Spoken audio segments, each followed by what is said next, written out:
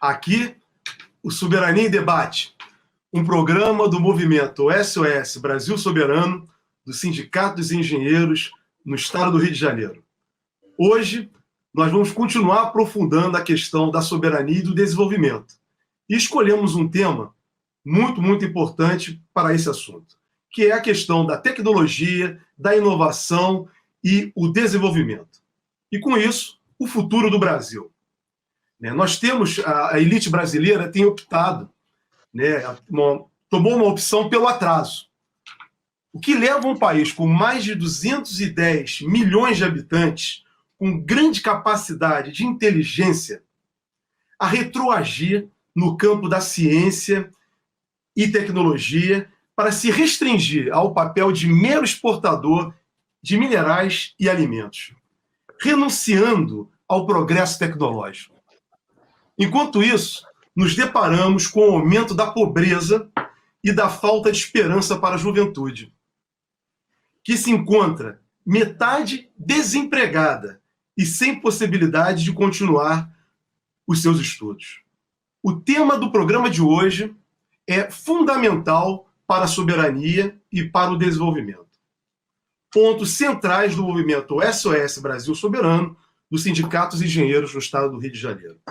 Para isso, nós vamos contar aqui, já agradecendo, com o Luiz Antônio Elias, que é economista, foi secretário executivo do Ministério da Ciência e Tecnologia e Inovação nos governos do presidente Lula e Dilma. Bem-vindo, Elias. Muito obrigado por ter aceito o nosso convite para debater este importante tema para a soberania e o desenvolvimento do Brasil. Muito bem-vindo, Elias. Muito obrigado. Temos também a participação do professor Mariano Laplane, professor da Unicamp, foi presidente do Centro de Gestão e Estudo Estratégico do Ministério da Ciência, Tecnologia e Inovação. Mariano, obrigado por estar com a gente aqui hoje para nos ajudar a compreender a importância da ciência, da tecnologia e da inovação para que possamos ter um grande país. Vamos começar essa nossa conversa, tá aqui, ping-pong, com o Antônio Elias. Elias, sem pesquisa não há desenvolvimento. Isso até chega a ser um lugar comum. Desde o golpe contra a presidenta Dilma, Elias, em 2016, foi imposta uma agenda de cortes no orçamento público e aprovada a emenda constitucional da morte, a chamada emenda constitucional 95. Como isso afetou a ciência e tecnologia? Você também pode exemplificar para os nossos internautas na sua fala, Elias? Bom, inicialmente, muito obrigado pelo convite, SOS Brasil Soberano, a sua coordenação, aos dois amigos Clóvis e Olímpio, da direção do SENGE. É um programa extremamente importante, é um projeto extremamente relevante para recolocar o debate de um programa nacional com capacidade de elevar e mitigar o problema das desigualdades e elevar a capacidade de crescimento do país. Então, eu agradeço muito o convite que me foi formulado, assim como termos aqui a presença de um grande amigo, que é o Mariano Laplane, companheiro e parceiro de grandes jornadas à frente lá no Ministério da Ciência e Tecnologia. Quero também agradecer a você, Jorge, ao Felipe e à Lídia, por esse espaço de discussão. Eu acho que será muito rico para todos. A sua pergunta me remete a fazer uma observação anterior.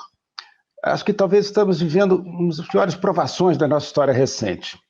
Eu diria fruto de uma política econômica equivocada, ultraliberal, reducionista do papel do Estado e desarticuladora dos direitos sociais.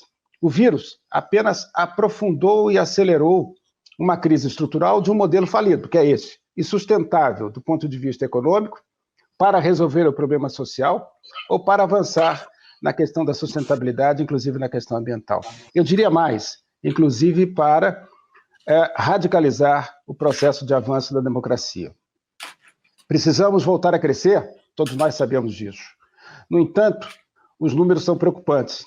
Em 2019, a renda per capita caiu a níveis de 2010, ou seja, recuamos uma década.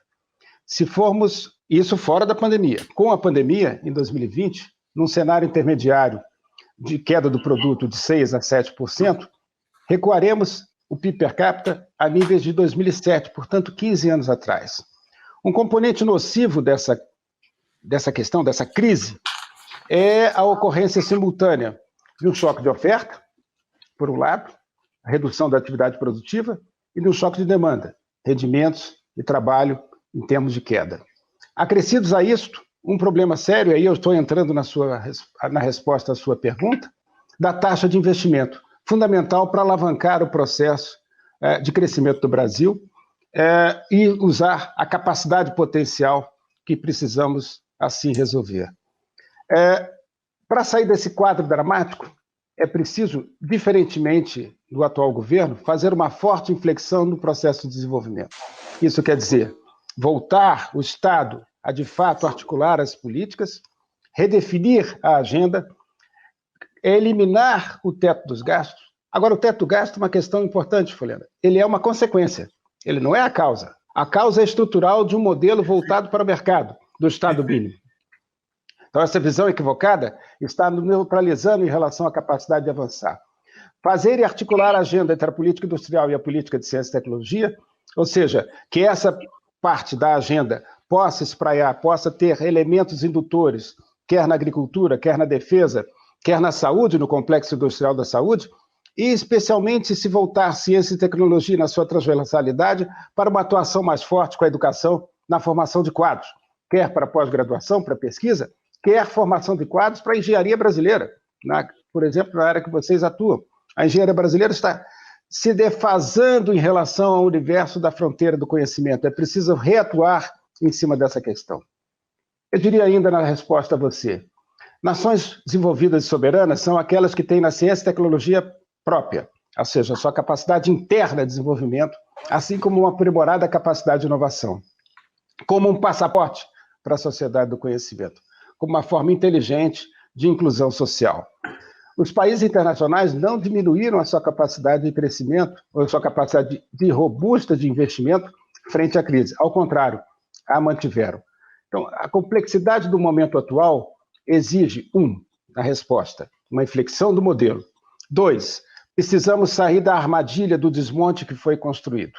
Esse desmonte se dá em sinergia, de forma simultânea, em 2 elementos. Por um lado, orçamentário financeiro, a PILOA 2021 é um desastre, especialmente para a área de ciência e tecnologia. Mais de 30% em relação aos recursos de 2020 serão completamente eliminados para 2021. Ou seja, no maior fundo que é o FNDCT, se chegamos a ter naquilo que é não reembolsável em 2013, quase 4 bilhões, 3,7 bilhões de reais, em 2021 teremos 500 milhões de reais para aplicação em subvenção e recursos para pesquisa básica e pesquisa aplicada.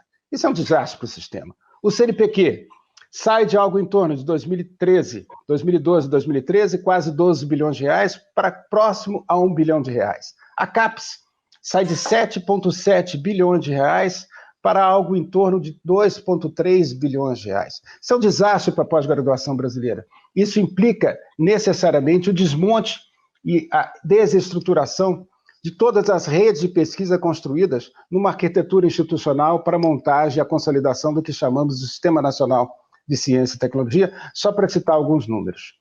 Essa destruição, por um lado, orçamentário e financeira, vem em seguida com um outro movimento, que é o das próprias instituições. O estrangulamento das instituições, quer política, quer física, no sentido da sua eliminação, inclusive.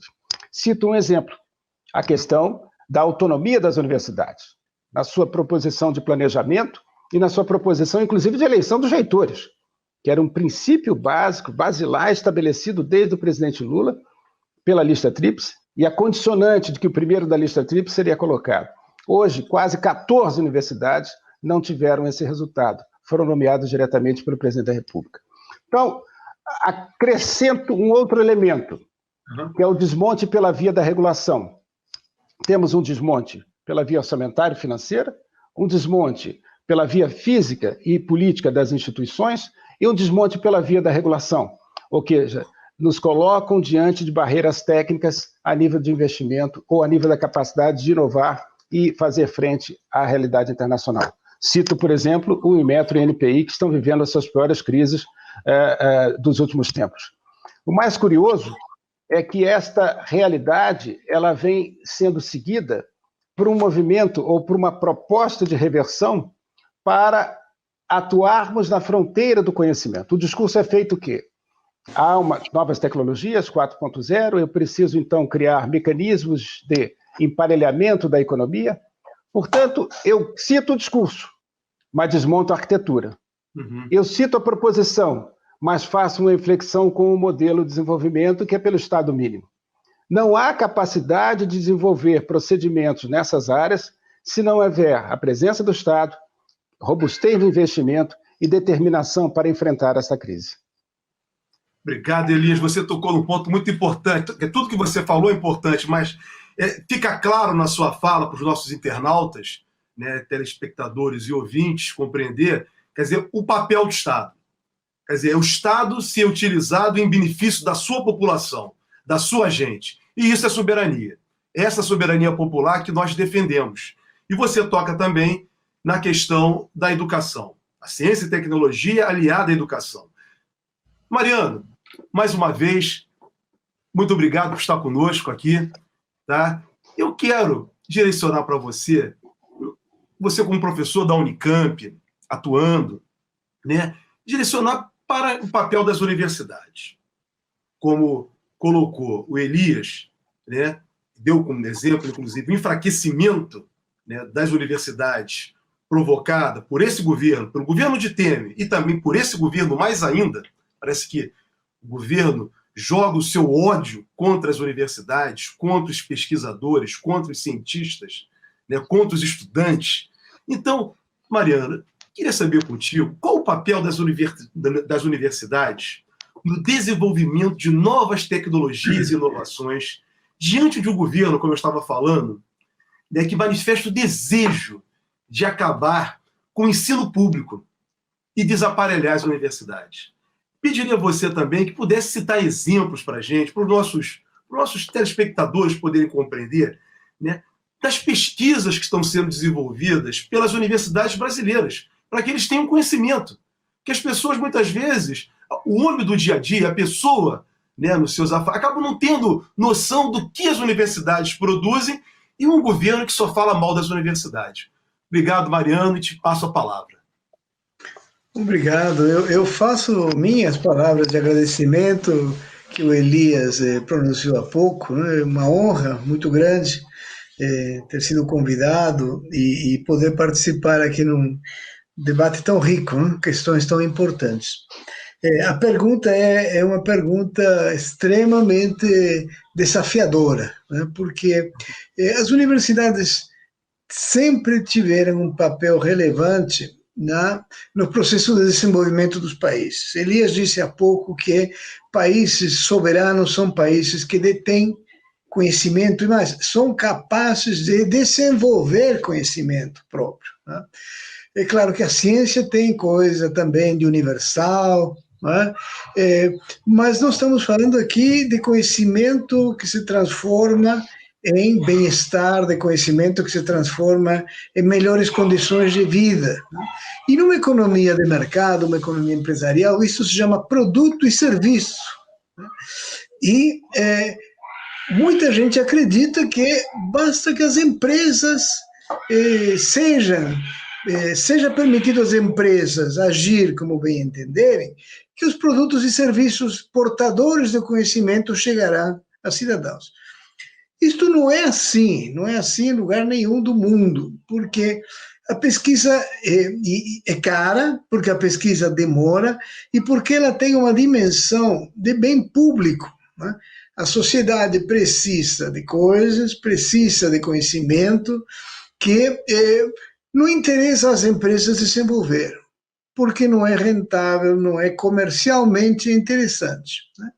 E as universidades, então, que historicamente são instituições que vêm da Idade Média. Né? Então, de lá para cá, na medida que o capitalismo foi se desenvolvendo e ampliando seus espaços, né, as universidades, além de fazer ciência, desenvolver conhecimento, né, também cada vez mais assumem a responsabilidade de desenvolver soluções, desenvolver tecnologia, desenvolver inovações. Isto é, em qualquer universidade do mundo. No Brasil, além dessa responsabilidade, as universidades têm o papel de incluir, através da educação, as gerações de jovens, qualificá-los para que cheguem à situação de poder contribuir mais para o próprio desenvolvimento deles e da sociedade. Então, além de desenvolver ciência e tecnologia, no caso do Brasil, as universidades são um instrumento essencial para absorver as novas gerações, incorporá-las melhor qualificadas, para bem deles, como eu já disse, e de todos. Então, isso é muito visível no caso do Brasil, e se fez visível principalmente na gestão do presidente Lula, da presidente Dilma, porque o que se fez naquela época? Se fez a expansão do ensino superior público, e não se fez simplesmente a expansão, se fez uma expansão qualificada, se buscou a interiorização, se buscou ampliar a abrangência do ensino superior gratuito e público no território nacional. Não só das universidades, diga-se de passagem, a criação da rede de institutos federais também foi extremamente importante. Então, esse papel das universidades é crítico no Brasil e em qualquer país em desenvolvimento, qualquer país com enorme desigualdade. As universidades não conseguem sozinhas eliminar a desigualdade que existe na sociedade do Brasil, porque ela é estrutural, é muito profunda, mas ajudam. Façam seu papel, façam sua contribuição. Então, a ideia de que o Brasil não precisa de universidades em grande número, até talvez precise, mas são muito caras, né? Esse argumento é um argumento falacioso. O Brasil precisa de universidades públicas, precisa de ensino superior gratuito e precisa na extensão toda do território nacional. Não basta na região sudeste, não basta no sul, tem que ir para o norte, para ampliar a presença no nordeste, avançar rumo ao centro-oeste. Isto é crítico. Não tem como quem possa substituir o papel das universidades públicas, né, e o papel do Estado, portanto, nessa dimensão. Agora, no plano da tecnologia, da inovação, o que as universidades geram? Eu vou falar da minha, que eu conheço melhor, mas o que eu digo em relação ao Unicamp pode ser dito em relação à grande maioria das universidades públicas no Brasil. Nós desenvolvemos conhecimento aplicado e aplicável, que traz enormes benefícios para a área de saúde. O ativismo, o protagonismo das universidades na busca de soluções para o Covid, né, seja no plano do diagnóstico, do rastreamento, do monitoramento, do tratamento das pessoas doentes, né, é fantástico. É só entrar na página de qualquer uma das universidades brasileiras. Os leigos vão ficar impressionados com a intensidade, com o tamanho do esforço que se faz. No caso de muitas universidades, também é bom registrar que trabalham, administram hospitais universitários de altíssima qualidade, que funcionam como centros de alta complexidade, né, para regiões inteiras. Desculpe, falando da Unicamp, o hospital nosso, universitário, é o hospital de alta complexidade da região, Campinas, né? Não só Campinas, chega até os municípios do sul de Minas, mais de 5 milhões de habitantes. Né? Agora, como eu disse, é conhecimento aplicado e aplicável por terceiros. Né? As universidades também são berços onde jovens treinados, qualificados, que incorporam a metodologia científica de desenvolver conhecimento, lançam seus próprios empreendimentos. As universidades são um berço de pequenas empresas, né? Alimentam a imaginação e o conhecimento dos jovens, que se lançam depois eles próprios a dar soluções. desculpem falar mais uma vez da Unicamp, mas o que eu digo vale para a USP, para a Federal do Rio, para a Federal de São Paulo, para a Federal de Pernambuco, né, para a URGS no Rio Grande do Sul. Nós geramos um conjunto de mais de 800 empresas nos últimos 20 anos aqui em Campinas, que representam 29 mil empregos. Quando se fala do custo das universidades públicas, né, se omite o retorno que as universidades públicas trazem. Economicamente, bem-estar, cada emprego tem uma família por trás. E são empregos associados a conhecimento, a serviços, a bens. Né? Então, é muito difícil exagerar a importância das universidades em qualquer país, mas no Brasil, né, é impossível. É impossível. Mencionei saúde porque é o tema da hora, mas no campo de energia renovável, alimentos saudáveis, mesmo nas coisas mais banais, como o que a gente já incorporou no dia a dia, a tecnologia de desenvolvimento de software para celulares, isto nasceu nas universidades, e não quero fazer propaganda, tá? Mas ex-alunos da Unicamp. O smartphone é produto do esforço de universidades e institutos de pesquisa. Então, isto é uma coisa que precisa ser dita. Infelizmente, nós vivemos um momento onde, por razões políticas, ideológicas, da intolerância, não é? Pessoas, instituições se dedicam a desprestigiar, desmerecer o excelente trabalho que as universidades no Brasil fazem.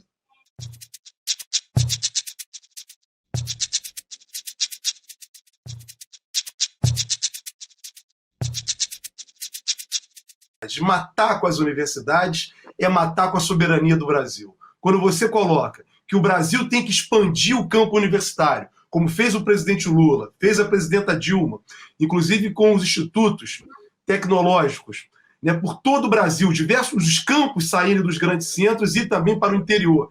Isso é fundamental para o crescimento desse país. Eu vou voltar contigo mais à frente nessa questão do Estado mínimo e o papel dos estudantes, da universidade. Queria, Antônio Elias, vir contigo agora, saber, né, de você, se você pode fazer uma análise rápida, se possível, qual foi o desempenho da ciência, tecnologia e inovação nos últimos 20 anos no Brasil, em particular no período de 2003 a 2016, dos governos do presidente Lula e da presidenta Dilma, até, se possível for, comparando com o momento atual, que é o de um total desmonte da ciência e tecnologia. Eu sei que é uma pergunta dura, mas, se for possível, Elias, eu te agradeço para ajudar, na verdade, os nossos internautas.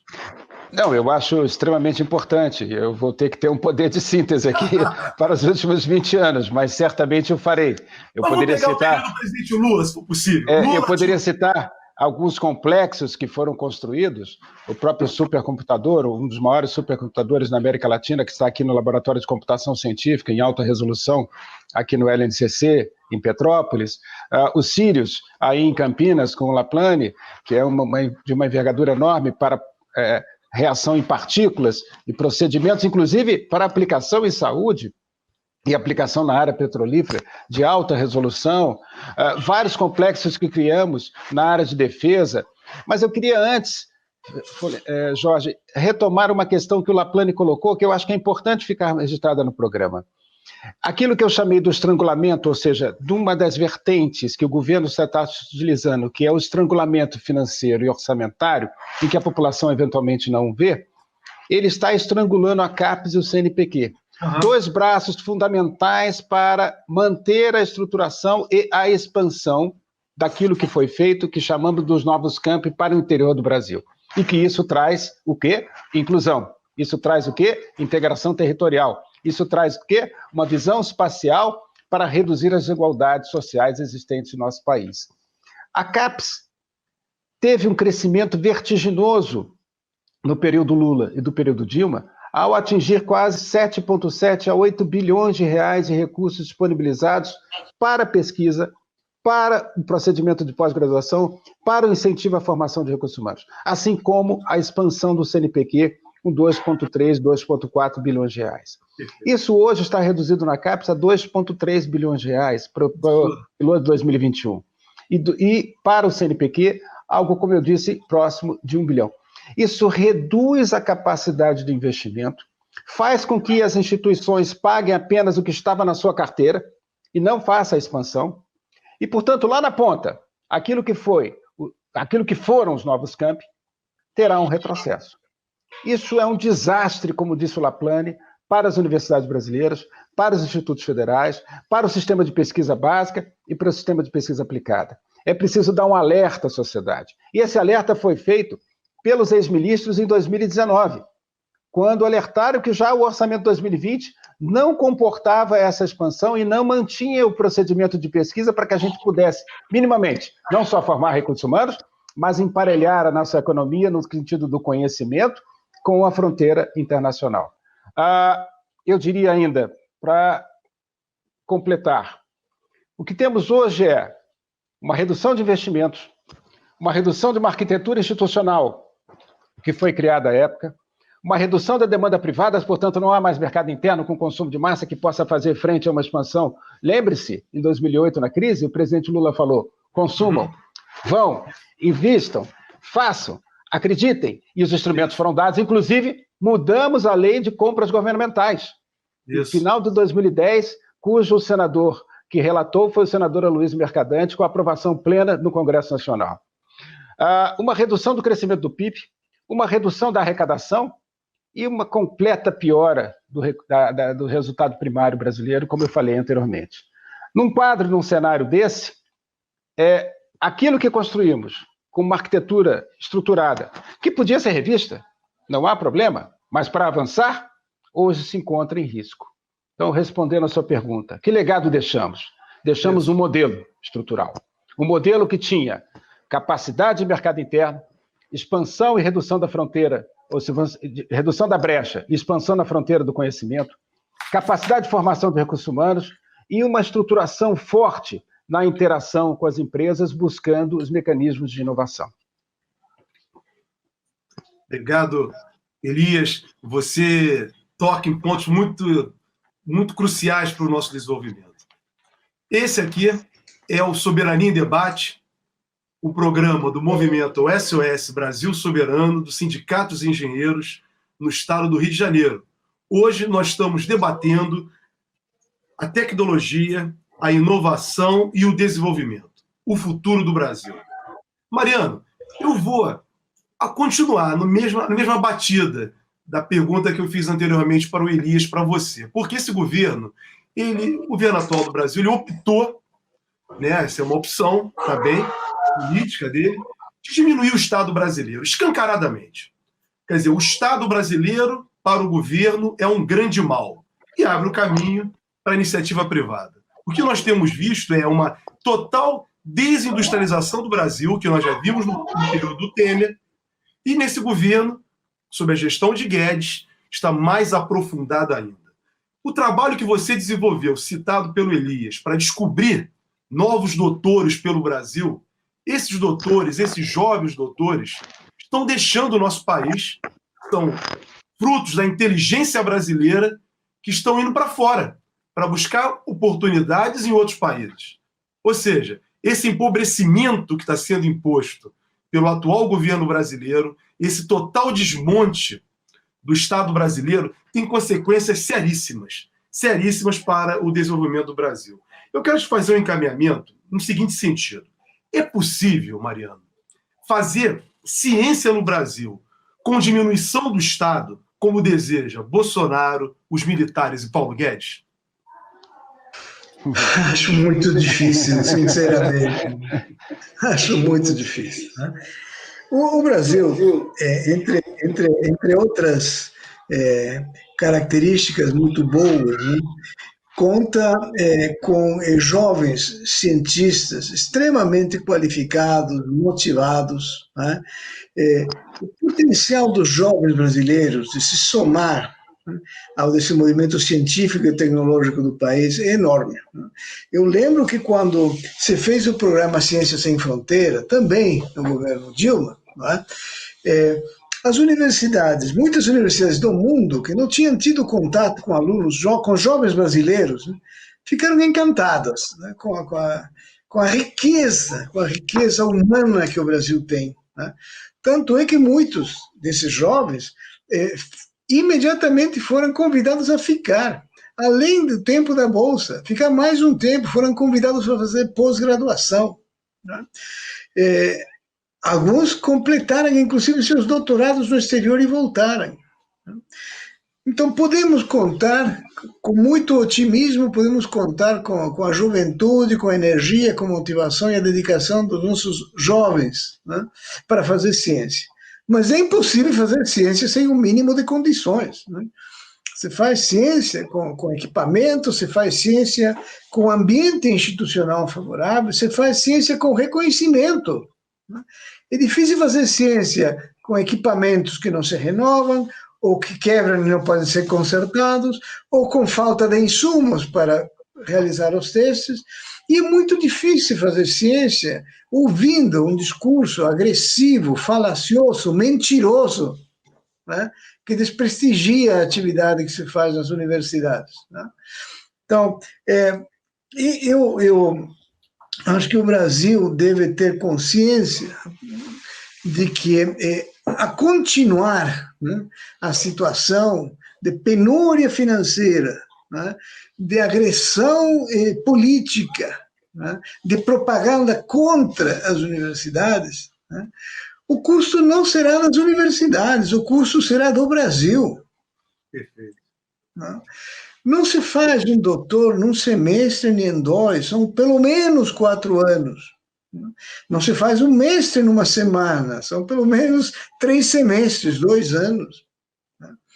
Então, há investimento tanto do Estado, ou seja, da sociedade através do Estado, como dos próprios jovens, que com esforço completam seus cursos de graduação e pós-graduação. Esse esforço, ele não pode se perder. Né? Você perguntou para o Elias qual é o legado, e o Elias respondeu muito bem. Eu queria complementar. Né? O legado é uma geração, são milhares de jovens brasileiros que completaram seus mestrados e seus doutorados. Né? É um legado humanamente rico, valioso, que o país não pode desperdiçar. E uma forma de desperdiçar, talvez não a pior, é a migração de alguns desses jovens para o exterior. Pior do que isto é o desalento dos que ficam. Uhum. Porque os que vão para fora são talvez milhares, centenas, mas os que ficam são muito mais. E o desalento de jovens que completaram seu doutorado nos últimos 3, 4, 5 anos e não têm emprego. Não tem como fazer uso das capacidades, das qualidades, dos recursos que eles desenvolveram. Né? Isto é uma tragédia. É uma tragédia. E o mundo sabe disto. O mundo olha para o Brasil com espanto. Teve 2 pontos na trajetória da ciência brasileira no período do governo Lula e Dilma, que são extremamente reveladores da importância do que foi feito e deveria continuar sendo feito. Primeiro, a 4ª Conferência Nacional de Ciência, Tecnologia e Inovação de 2010. Mobilizou milhares de pessoas, no Brasil do norte ao sul, com conferências locais, estaduais, regionais, até chegar na Conferência Nacional. Essa conferência deixou outro legado importantíssimo, deixou um eixo de desenvolvimento nacional apoiado na ciência, na tecnologia, no conhecimento, na educação. Né? Isto foi percebido no resto do mundo. Em 2013, o Congresso Mundial de Ciência foi sediado no Brasil, como um reconhecimento das academias de ciências do mundo, do salto de qualidade, da emergência da ciência brasileira como uma presença nova, rica, jovem no mundo. Então, aqueles que nos admiraram por isso, hoje olham para nós com espanto. Como é possível?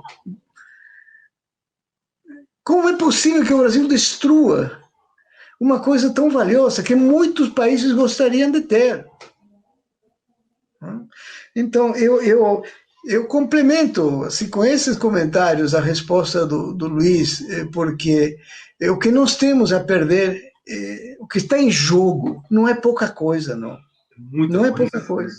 São décadas. Se você procurar a data de criação dessas duas instituições que o Elias acabou de mencionar, CAPES e CNPq, são da década de 50. O esforço do Brasil para se tornar soberano cientificamente tem pelo menos 70 anos. Isso foi acelerado a partir de 2003 e continuou com esse processo que o Luiz descrevia agora. Primeiro se interrompe e agora dar marcha ré é inaceitável. Nós estamos comprometendo o futuro, o presente desses jovens e o futuro dos outros, os que virão, o futuro do país. Isto a sociedade brasileira precisa saber e precisa agir para evitar essa tragédia. Por isso, nós estamos aqui, Mariana. Jorge, eu podia... Pode, fica à vontade. Jorge, eu podia... Claro. Eu acho que foi muito importante pegar esse gancho, e se você me permite, eu queria também adicionar, porque eu acho que é fundamental que a sociedade conheça o desastre que está sendo feito, e o Laplane foi muito feliz na observação. Retomando 2 pontos ainda do governo Lula e do governo Dilma. Primeiro, o descontingenciamento completo em 2010 do FNDCT.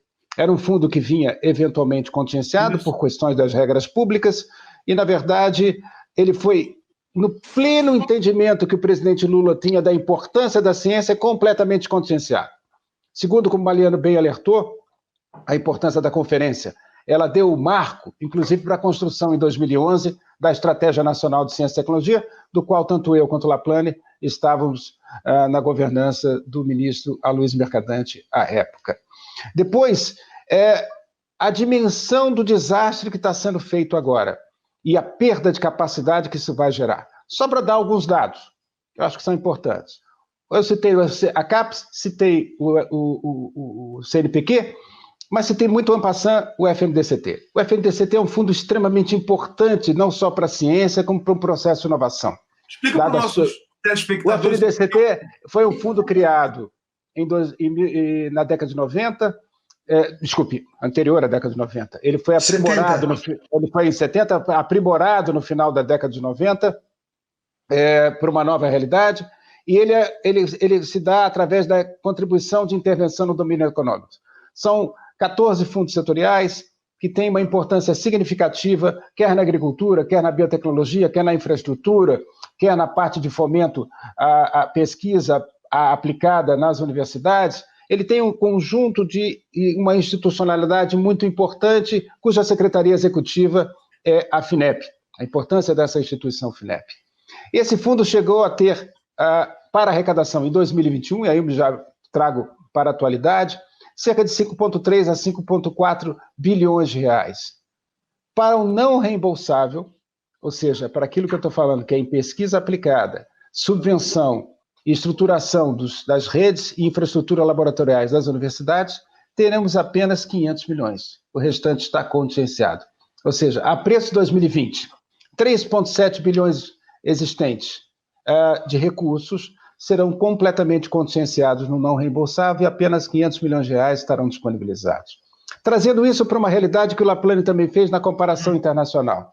Os Estados Unidos, agora, diante da pandemia, estão colocando para o National Health Institute 130 bilhões de dólares em desenvolvimento de novas vacinas.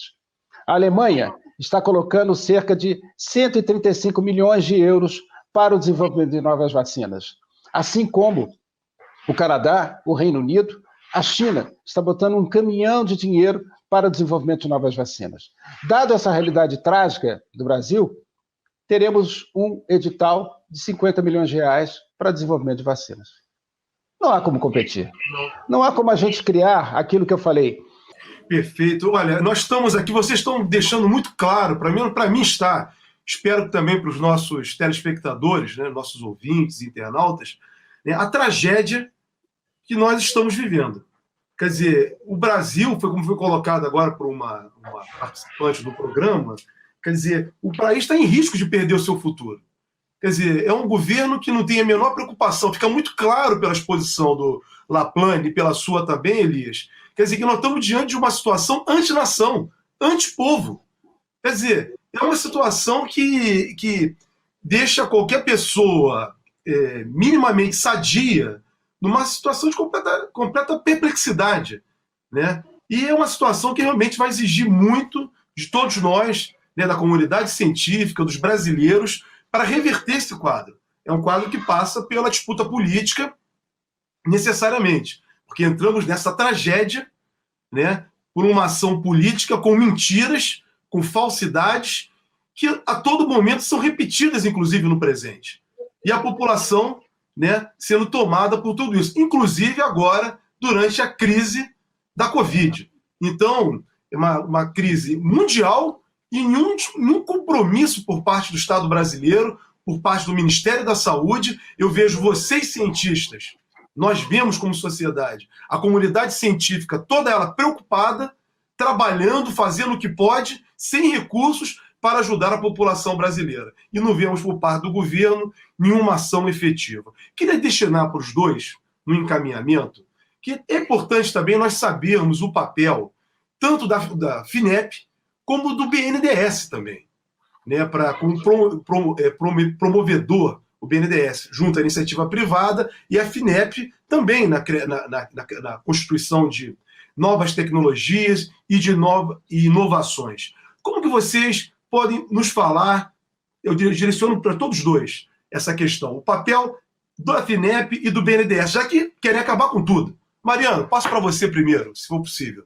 Se você puder colocar Esse é um tema extremamente importante, porque, veja, eu não sei se o público está familiarizado com o papel dessas duas instituições. No caso da FINEP, a FINEP atua no apoio à inovação diretamente através do apoio não reembolsável, subsídio para projetos de inovação nas empresas, também através do crédito, né? Mas também fortalece a capacidade de pesquisa nas universidades através do apoio à construção, atualização de infraestrutura. Então, é uma instituição extremamente importante, criada originalmente, né, para desenvolver no Brasil a capacidade de elaboração de projetos de engenharia, projetos de desenvolvimento de produtos. Então, uma instituição extremamente relevante, né, e ameaçada, né, por falta de recursos, de não conseguir exercer seu papel, né. O BNDES tem um papel também importante na questão da inovação. O pessoal conhece o BNDES pelo seu papel como financiador das atividades de exportação, de equipamentos, também do financiamento da compra de equipamentos das empresas, mas no período de 2006 em diante, principalmente, o BNDES se tornou extremamente importante também no financiamento à inovação. A carteira de produtos, de linhas de apoio à inovação do BNDES cresceu consideravelmente, então reforçando o papel da FINEP. O BNDES, por exemplo, teve um papel importante no desenvolvimento da tecnologia de produção de etanol de biomassa, etanol de segunda geração. O BNDES também teve um papel importante no desenvolvimento de bioremédios, né, em apoio à iniciativa do Ministério da Saúde, das plataformas, como é que chamava isso, Elias? A PDP, né? PDP, da Plataforma de Desenvolvimento, Programa de Desenvolvimento... Política de Desenvolvimento Produtivo. Produtivo, exatamente, do Ministério da Saúde. Então, o BNDES está sendo também forçado a abandonar todas essas atividades, se desligar completamente das atividades de fomento à inovação, né, e voltar a ser o que foi numa época dos anos 90, o banco das privatizações, o banco, né, restrito a facilitar a transferência, né, de ativos, de bens públicos para o setor privado. Né. O BNDES, pode e deve fazer muito melhor do que isso. Tem contribuições muito mais valiosas para dar para o desenvolvimento nacional. Elias seguramente vai complementar minha resposta, Elias, porque ele acompanha. Não, claro. O papel do FINEP e do BNDES. Explica para a população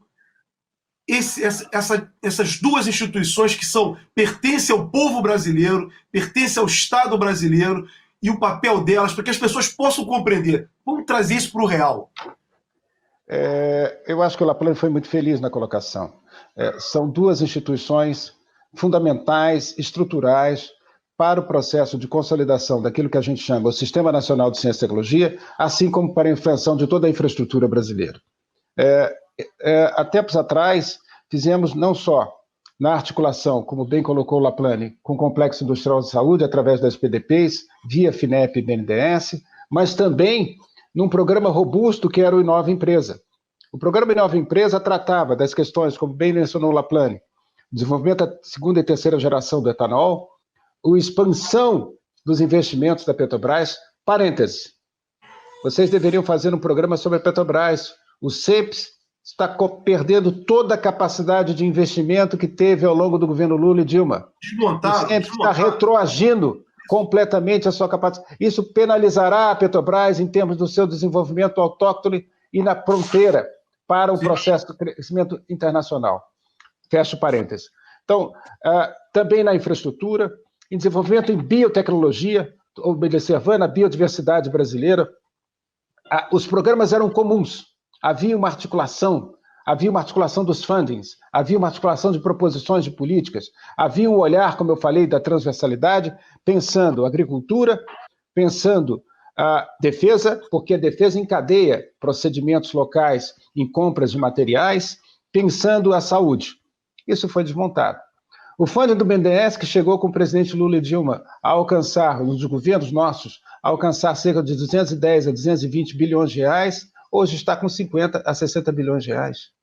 A FINEP, como eu mencionei, no não reembolsável, que teve recursos não reembolsáveis em 2013 e 2014, 3,7 bilhões de reais a preço de 2020, terá no próximo ano 500 milhões de reais. Isso desmonta toda a articulação e a arquitetura montada do sistema. Isso não permite, como bem observou o Laplane, quer para a infraestrutura das redes de pesquisa e laboratórios, quer para no processo de inovação na ponta. A Embrapi, que foi uma bela engenharia criada durante o governo Dilma, está condicionada a poucos recursos para fazer um candeamento daquilo que não é o elemento que a FINEP atuaria, e sim na ponta, na fase final do processo inovativo, em que a empresa precisa de maior risco. Então, nós estamos comprometendo toda uma arquitetura montada ao longo desses anos. O papel dos bancos públicos é fundamental, assim como o papel da FINEP enquanto instituição que administra, ou como secretaria executiva, no maior fundo da América Latina para o processo de inovação, que é o FNDCT. Desmontar esta arquitetura nos colocará, certamente, num atraso muito grande. Se lá atrás tentamos e conseguimos, com muito esforço, superar as restrições históricas que estavam impostas ao crescimento do Brasil, tentando nos atualizar e olhando a intensidade tecnológica e diminuindo a brecha, hoje nós estamos retrocedendo, como bem colocou o Laplane. Não só perdendo o cérebro, como as empresas brasileiras estão perdendo capacidade. E nós sabemos, as empresas, elas na realidade têm um fundamento procíclico quando se trata do investimento em inovação. Em momento de crescimento, investe. Em momento de decréscimo, desinveste. Aí entra o papel do Estado, impulsionando com recursos equalizados e com recursos subvencionados. Isso não mais existe hoje. Então, na realidade, estamos deixando a míngua e estamos fazendo a desnacionalização, um retrocesso no processo industrial brasileiro. Isso terá consequências futuras, inclusive no emprego e na área que vocês atuam, que é a área de engenharia nacional. Elias, muito obrigado. Mariano também. Olha, passa muito rápido o tempo. Vocês estão conseguindo traduzir, pelo menos eu estou conseguindo, espero que os nossos telespectadores também, traduzir para a população a importância fundamental da ciência, da tecnologia, da inovação para o futuro desse país. Quando nós pensamos nesse programa de hoje, nessa temática, nós tínhamos uma preocupação. Primeiro, é a constatação de uma elite do atraso, como o Olímpio, que passou agora aqui como nosso telespectador, colocou, né? A elite brasileira optou por um caminho do retrocesso, aliando-se a uma elite americana e os militares brasileiros fazendo parte dessa conspiração contra o seu próprio povo, porque aceitam isso com passividade. Por isso que eu coloco dessa maneira. Forte o que eu quero colocar. Não abro mão disso. É muito forte. Participo, porque o que está acontecendo está muito claro, está escancarado. O país está se desmontando. E a juventude brasileira, é isso que nós estava colocando para vocês agora e para os nossos internautas, quando pensamos nesse programa, nós pensamos numa mãe, pensamos num pai, que nesse momento vê seu filho e que antes tinha a possibilidade de ir para a universidade, poder continuar estudando, fazendo o seu estudo fundamental, seu curso médio, e ingressar numa universidade, hoje, esse filho desse pai e dessa mãe perdeu qualquer esperança. Vai ter que trabalhar num trabalho sem nenhuma qualificação, infelizmente, porque essa é a opção que a elite brasileira está legando ao seu povo. É muito ruim, isso é muito triste. Eu quero agradecer muito a vocês por nos ajudar, nesse dia de hoje, a refletir sobre um tema muito importante. Para mim, ficou clara a contradição desse governo. Existia um projeto, até então, muito claro, de desenvolvimento nacional e de proteção e da soberania nacional e do fortalecimento da soberania popular. Hoje, se destrói um país com muita facilidade. E nós vamos ter que recuperar. Nessas considerações finais, queria destinar para os dois, tanto para o professor Mariano Laplane, como o professor Luiz Antônio Elias, uma palavra, se possível for, de esperança para uma mãe, para um pai e, principalmente, para essa juventude brasileira. É possível reverter esse quadro? Mariano, você primeiro. Por favor. Tenho absoluta certeza que é possível. Né? É possível reconstruir o que está sendo destruído e é possível avançar além do que já tinha sido feito. Isto requer, basicamente, decisão, coragem, lucidez, e nós construiremos isso. Nós estamos num momento difícil, né? Talvez a sociedade brasileira não tenha noção clara, suficiente do que está acontecendo, a situação também da pandemia não ajuda, né? Mas eu tenho certeza que no momento certo conseguiremos avançar novamente e reconstruir tudo isso que está sendo destruído para poder avançar ainda mais longe. Um país soberano, um país integrado, social e territorialmente. Um país com bem-estar para todos. É possível isso? Absolutamente possível. Depende de nós. Fazendo a resistência nesse programa de hoje. Isso é resistência, isso é lutar. Lutar pela soberania, lutar pelo desenvolvimento, lutar por um país justo, com inclusão. Luiz Antônio Elias, é possível reverter esse quadro? Com certeza, eu acho que tanto a sua fala quanto especialmente do Laplane colocam o alerta para a sociedade de que sim, é possível. Nós temos as condições, nós construímos uma arquitetura e não podemos deixar que se desmonte essa arquitetura institucional com instrumentos eficazes, com instrumentos emparelhados com as melhores práticas internacionais para fazer o Brasil crescer. Eu diria para você uma frase do meu querido amigo e mestre, que tanto me ensinou, Celso Furtado, a todos nós brasileiros economistas, na verdade, ou muitos de nós brasileiros economistas. O subdesenvolvimento não é um simples processo de transição ao desenvolvimento, mas um fenômeno mais permanente, cuja superação exige dedicação política tenaz e prolongada. Determinação.